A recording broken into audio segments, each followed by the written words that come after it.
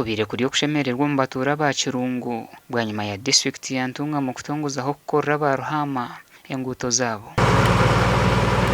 Icyaro cya Kirungu ni kishangwa mu nshozi zo mu ishaza rya Ruhaama umutawuni kanso yaruwahi kandi uko abatura nabagira ngo batwire n'abateganisibwe imihanda mibi. Ntungamo radio okwiga kumuya ujo tukunze abanyakirungu cyakunze sero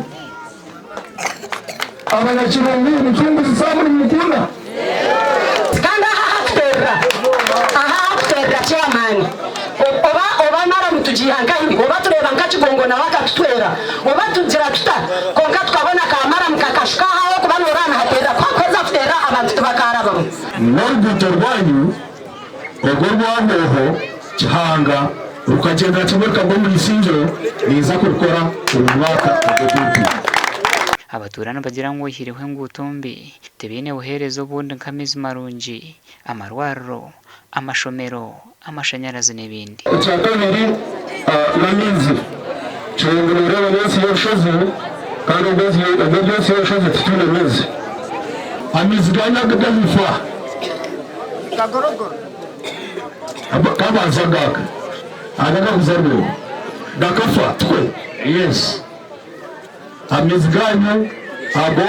reka tubanze tugahondoze district DC ubwo mwaka ontere mu miliyoni 5 zo kuruza ganyamizi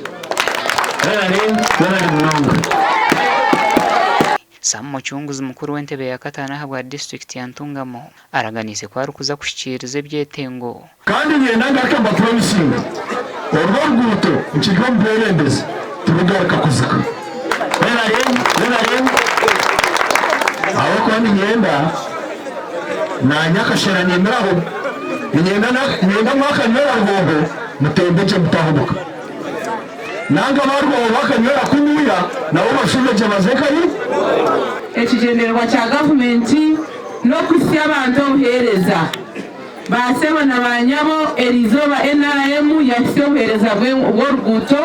omuri Kizinga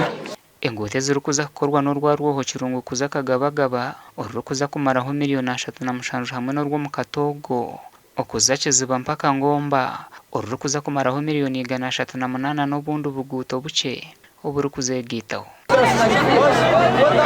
gasha kwa Elias Rutugusa.